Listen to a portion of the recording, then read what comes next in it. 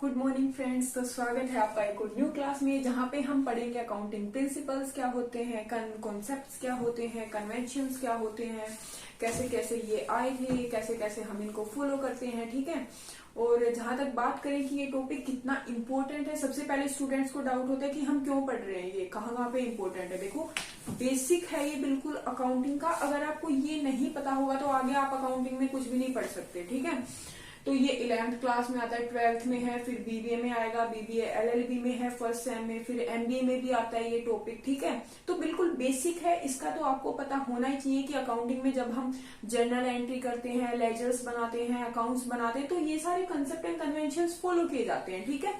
तो बिल्कुल भी स्ट्रेस लेने की जरूरत नहीं है, बहुत ही इजी वे में हम पढ़ेंगे। बहुत डिटेल में मैं आपको लंबे चौड़े लेक्चर्स नहीं देने वाले, मुझे भी पता है स्टूडेंट्स बोर हो जाते हैं।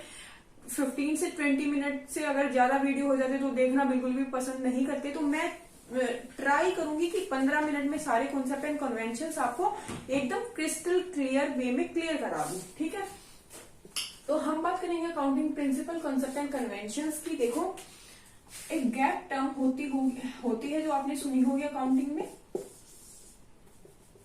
Generally accepted accounting principles. ये सारे इसमें क्या होते हैं, प्रिंसिपल्स होते हैं, कुछ कॉन्सेप्ट होते हैं, कन्वेंशंस होते हैं जो हम फॉलो करते हैं। ये कैसे आए थे? ये आए थे एक्सपीरियंस से। ठीक है। पहले क्या करते थे लोग, कोई अपना मेथड फॉलो कर रहा है, कोई अपना मेथड फॉलो कर रहा है। ठीक है। तो भाई हम कंपेयर करने में थोड़ा सा डिफिकल्ट हो जाता था कि हम अगर अपनी बैलेंस शीट किसी दूसरे की बैलेंस शीट से कंपेयर करना चाहे तो कंपेरिजन में थोड़ी सी डिफिकल्टी आती थी। ठीक है। तो उसके लिए क्या किया गया, उसके लिए फिर गैप आया। यहाँ पे मतलब क्या है कि सबको सेम अकाउंटिंग प्रिंसिपल्स फॉलो करने पड़ते हैं। ठीक है। जिससे क्या होता है, कंपेरिजन इजी हो जाता है, सबको पता होता है कि भाई हमें कौन सा मेथड फॉलो करना होता है। ठीक है। डिफिकल्टी नहीं रहती कुछ भी। तो ये है हमारे कुछ कंसेप्ट एंड कन्वेंशंस। अब पहली बात यहाँ पे सुनने वाली ये है कि कंसेप्ट जो होते हैं वो हमारे लिए मैंडेटरी होते हैं, हर एक बिजनेस को फॉलो करने पड़ते हैं जब वो अकाउंट्स प्रिपेयर करते हैं। कन्वेंशंस मैंडेटरी नहीं होते, आपके ऊपर बाउंडेशन नहीं होती कोई भी। ठीक है। वो डिपेंड करता है, आप इनको फॉलो कर भी सकते हैं, आप इनको फॉलो नहीं भी करते। ठीक है। वो बिजनेस टू बिजनेस डिपेंड होता है। ठीक है। कंसेप्ट हर एक ऑर्गेनाइजेशन को, हर एक बिजनेस को फॉलो करने पड़ेंगे। ठीक है। आ जाते हैं अब हम हमारे पहले कंसेप्ट पे। पहला कंसेप्ट हमारा क्या कहता है? पहला कंसेप्ट है हमारा एंटिटी कंसेप्ट। देखो, ओनर ने कैपिटल लगाई बिजनेस में। ठीक है। तो एंटिटी कंसेप्ट में क्या है कि ओनर का अलग अकाउंट प्रिपेयर होगा, बिजनेस का अलग से अकाउंट प्रिपेयर होगा। ओनर और बिजनेस को बिल्कुल सेपरेट एंटिटी की तरह कंसीडर किया जाएगा, बिल्कुल भी उनको सेम एंटिटी की तरह कंसीडर नहीं किया जाएगा। दोनों ही सेपरेट हैं।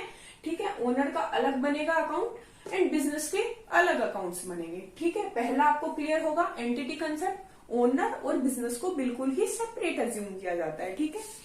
सेकंड है हमारा डुअल कंसेप्ट। देखो, डुअल कंसेप्ट क्या है? डुअल कंसेप्ट मतलब किसी भी ट्रांजेक्शन के दो इफेक्ट होते हैं।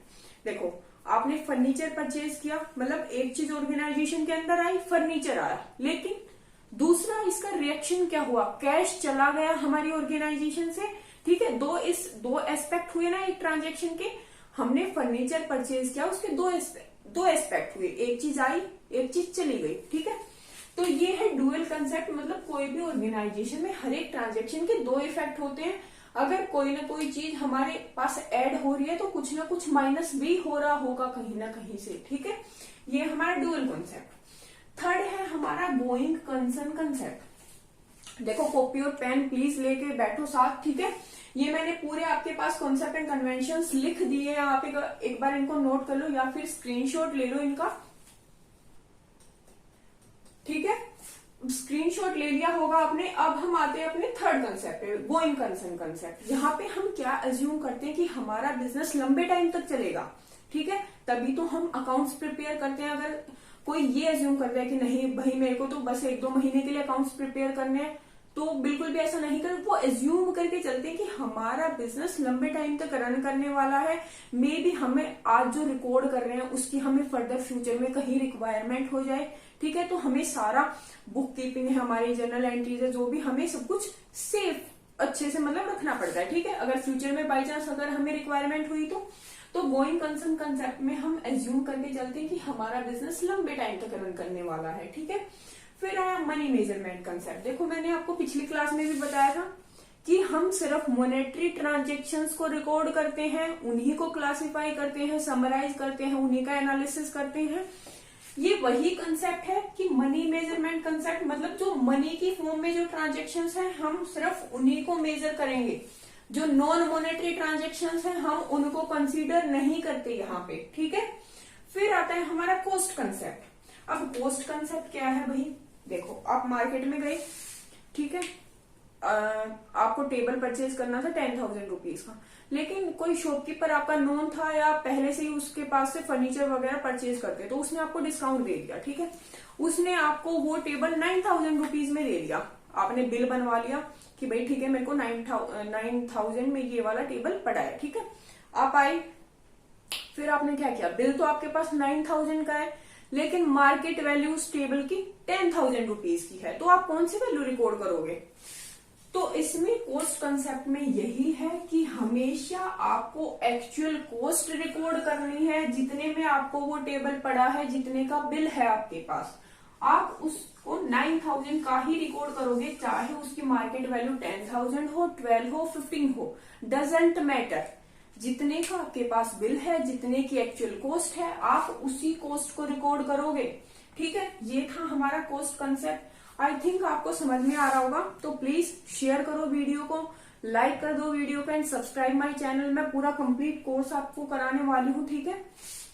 फिर आता है हमारा मैचिंग कंसेप्ट। अभी मैचिंग कंसेप्ट क्या है, देखो मैचिंग कंसेप्ट, अगर किसी साल में हमारी कुछ इनकम हुई है, रेवेन्यू हुई है, ठीक है, तो मैचिंग कंसेप्ट मतलब सेम अमाउंट के हमारे कुछ एक्सपेंसेस भी हुए होंगे। अगर हमने कुछ सेल किया है, ठीक है, हमने प्रोडक्ट सेल किया तो हमने परचेज भी तो किया होगा, परचेजिंग में भी कॉस्ट लगी होगी, ठीक है। मैचिंग कंसेप्ट होता है मतलब कि हमारी जो इनकम और रेवेन्यू है वो मैच करती है किससे, हमारे एक्सपेंसेस से, ठीक है, मैचिंग कंसेप्ट। फिर आया हमारा accounting period concept. Accounting period concept कौन सा होता है हमारा, 1 अप्रैल टू 31 मार्च, 1 अप्रैल टू 31 मार्च, इसी में हम अपनी सारी ट्रांजेक्शन्स रिकॉर्ड करते हैं। ये होता है हमारा फाइनेंशियल ईयर। जो नॉन कॉमर्स बैकग्राउंड के स्टूडेंट्स हैं उनको नहीं पता होगा, तो आप एक बात नोट कर लो कि कोई भी अगर आपसे पूछते हैं कि फाइनेंशियल ईयर कौन सा है आपका, अकाउंटिंग पीरियड कौन सा है, तो कभी भी आप ये नहीं कहोगे कि जनवरी टू दिसंबर, नहीं। हमारा जो फाइनेंशियल ईयर होता है वो होता है 1 अप्रैल टू 31 मार्च, ठीक है। फिर आया हमारा एक्रूअल कॉन्सेप्ट। देखो एक्रूअल कॉन्सेप्ट में क्या आएगा हमारा कि जो हमारी एक्चुअल में जो हमारी इनकम हो रही है, सेल हो रही है, तो कभी भी हम उसको ऐसे नहीं लगा लो हमने क्रेडिट में सेल कर दी तो पेमेंट आ रही है लगा लो 6 महीने बाद, तो 6 महीने बाद हम उसको रिकॉर्ड नहीं करेंगे, हम उसको रिकॉर्ड अभी करेंगे। अभी क्यों करेंगे, क्योंकि हम सेल कर चुके हैं, ठीक है, वो हमारी इनकम बन चुकी है, हमने सेल कर दी, ठीक है, वो हमारी, अगर वो बाई चांस वो पेमेंट रिसीव नहीं होती है, ठीक है, अगर कुछ भी होते तो हम उस पेमेंट को लेके जाएंगे किसमें, बैड डेट्स में। वो वाला कॉन्सेप्ट भी बताऊंगी आपको, लेकिन अभी एक बात नोट कर लीजिए कि एक्चुअल कॉन्सेप्ट मतलब जैसे ही हम सेल्स कर देते हैं, डिलीवर कर देते हैं, भले वो पेमेंट हमें ना हुई हो, ठीक है, तो हम उस चीज को रिकॉर्ड उसी टाइम पे कर लेते हैं, ठीक है। 9th है हमारा ऑब्जेक्ट एविडेंस कंसेप्ट। मैंने आपको बताया आपने फर्नीचर परचेज किया था, बिल तो लेके आते हो, वो होता है एविडेंस। मतलब कोई भी चीज अगर आप परचेज कर रहे हो, सेल कर रहे हो, तो हमेशा उस चीज का एविडेंस आपके पास होना चाहिए, बिल आपके पास होना चाहिए, वाउचर आपके पास होना चाहिए, ठीक है। तो कॉन्सेप्ट थे ये जो मैंडेटरी होते हैं, बाउंडेड होते हैं, ठीक है, आपको फॉलो करने ही पड़ते हैं, ठीक है। अब बात करते हैं हमारे कन्वेंशंस की, जो मैंडेटरी नहीं होते, ये आपके लिए थोड़ा सा इजी बना देते हैं पूरी प्रोसेस को, लेकिन मैंडेटरी नहीं होते। बिजनेस टू बिजनेस डिपेंड करता है, चाहो तो आप इनको फॉलो कर सकते हो, चाहो तो आप इनको फॉलो नहीं भी करो, ठीक है, फर्क नहीं पड़ता उस चीज से। अकाउंटिंग कन्वेंशंस में पहला कन्वेंशन है कन्वेंशन ऑफ मटेरियलिटी। इसमें क्या होता है कि जो इंफॉर्मेशन किसी के लिए मटेरियलिस्टिक है, इंपॉर्टेंट है, तो वो आपको बिल्कुल उसको डिस्क्लोज करनी चाहिए। जैसे बैलेंस शीट है हमारे लिए इंपॉर्टेंट है, क्योंकि हमें शेयर मार्केट में पैसा लगाना है, तो हमें किसी भी ऑर्गेनाइजेशन की बैलेंस शीट का पता होना चाहिए ऑब्वियसली, तभी तो हम उसकी फाइनेंशियल पोजीशन का पता लगाते हैं।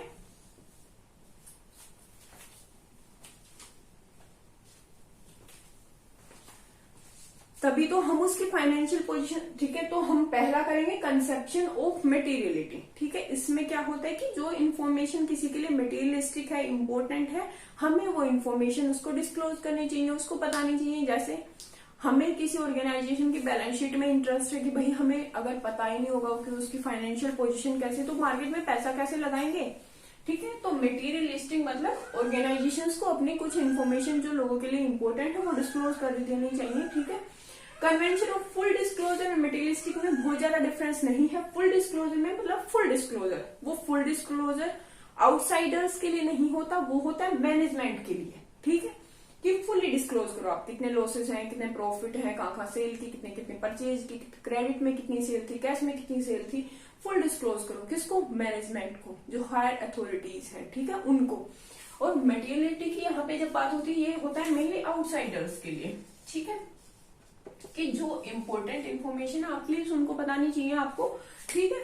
थर्ड आता है हमारा कन्वेंशन ऑफ कंसिस्टेंसी। यहाँ पे क्या आएगा कि जो एक मेथड हम फॉलो कर रहे हैं, हम हर साल उस मेथड को चेंज नहीं कर सकते, हमें वही एक मेथड फॉलो करना पड़ेगा, ठीक है। जैसे डेप्रिशिएशन का है, स्ट्रेट लाइन मेथड अगर हम फॉलो कर रहे हैं तो वही करना पड़ेगा, क्योंकि बाई चांस हो सकता है आपने अकाउंटेंट चेंज कर दिया, ठीक है, दूसरा अकाउंटेंट आया, अब वो मेथड फॉलो नहीं करता, वो दूसरा मेथड फॉलो करना चाह रहा है, ठीक है।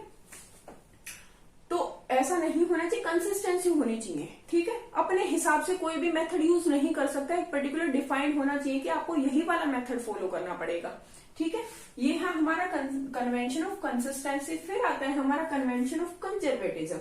ये थोड़ा सा इंपॉर्टेंट है, यहाँ पे थोड़ा सा ध्यान देने की जरूरत है, ठीक है। कंजर्वेटिज्म का मतलब यहाँ पे क्या है, एक बार स्क्रीनशॉट ले लो, मैं बाकी का इरेज कर देती हूँ, ठीक है। अब इसको समझते हैं भाई कन्वेंशन ऑफ कंजर्वेटिज्म क्या होता है।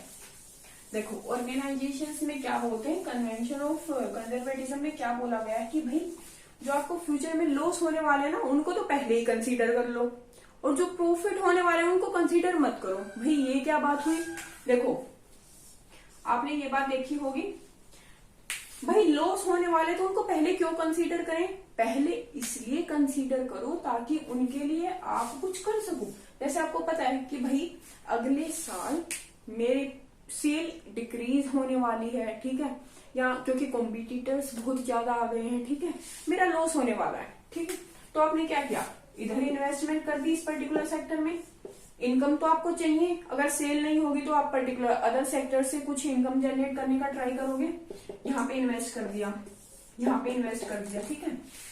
मतलब आपने उस लॉस को रिकवर करने के लिए आपने पहले से ही स्कीम्स बना ली कि इस लॉस को मैं इस तरह से रिकवर करूंगा, ठीक है। अब प्रॉफिट होने वाला है भाई, प्रॉफिट को आप एज्यूम नहीं कर सकते, ठीक है, प्रॉफिट को आप एज्यूम नहीं कर सकते। क्यों नहीं एज्यूम कर सकते, क्योंकि हो सकता है वो प्रॉफिट हो, आपने अंदाजा लगा लिया कि प्रॉफिट होगा हमारे को 2 लाख रुपए का, लेकिन हो सकता है कुछ ऐसी सिचुएशन आ जाए कि वो ना हो, और आप उस प्रॉफिट को लेके पहले से ही आप कुछ और परचेज कर लेते हैं, या कुछ और इन्वेंट कर देते हैं नया, कुछ और खर्चा कर लेते हैं, और अगर वो प्रॉफिट नहीं हुआ तो फिर आप क्या करोगे, ठीक है। तो इसलिए बोला गया है कि भाई जो फ्यूचर में होने वाले लॉसेज है ना, उनको तो पहले ही कंसीडर कर लो कि ये लॉस होगा, ठीक है, और जो प्रॉफिट है उनको कंसीडर मत करो, ठीक है। ये था हमारा convention of conservatism. I think आपको जो कॉन्सेप्ट एंड कन्वेंशन है सारे क्लियर हो गए होंगे, ठीक है। आई थिंक आपको सारे कंसेप्ट एंड कन्वेंशन क्लियर हो गए होंगे। बहुत डिटेल में मैंने नहीं बताया, बहुत डिटेल में तो आप बुक में भी पढ़ सकते हो, आपको जनरल आइडिया मिल गया कि हाँ इस पर्टिकुलर कॉन्सेप्ट में ये होता है, इस पर्टिकुलर कन्वेंशन में ये होता है, ठीक है। थर्ड क्लास में मैं आपको कराऊंगी कि इंपॉर्टेंट टर्म्स क्या है, उसके बाद हम अपना पूरा अकाउंटिंग स्टार्ट करेंगे। भाई जनरल एंट्रीज कैसे करते हैं, लेजर्स कैसे बनाते हैं, ट्रायल बैलेंस कैसे बनाते हैं, वो सारी चीजें मैं आपको बताऊंगी। थर्ड क्लास में हम करेंगे इंपॉर्टेंट अकाउंटिंग टर्म्स। नोट कर लो, बहुत ही इंपॉर्टेंट क्लास रहने वाली है आपकी। क्लास 3 में मैं आपको कराऊंगी इंपॉर्टेंट अकाउंटिंग टर्म्स, ठीक है, बहुत इंपॉर्टेंट क्लास रहने वाली है। सेकंड क्लास में मैंने आपको कॉन्सेप्ट एंड कन्वेंशंस कराया। इससे पहले मैंने एक वीडियो और डाली हुई है जिसमें मैंने आपको बताया meaning and process of accounting, ठीक है। तो प्लीज उसको भी एक बार वॉच कर लो वीडियो को। उसके बाद सेकंड क्लास की आपकी वीडियो आपको मिल गई। थर्ड क्लास में मैं आपको कराऊंगी इंपोर्टेंट अकाउंटिंग टर्म्स, ठीक है। और अगर आपको मेरी वीडियो से समझ आ रहा है तो please subscribe my channel, like कर दो वीडियोस को। अगर आपको कोई क्वेरी आ रही है तो प्लीज कमेंट में in the comment box section.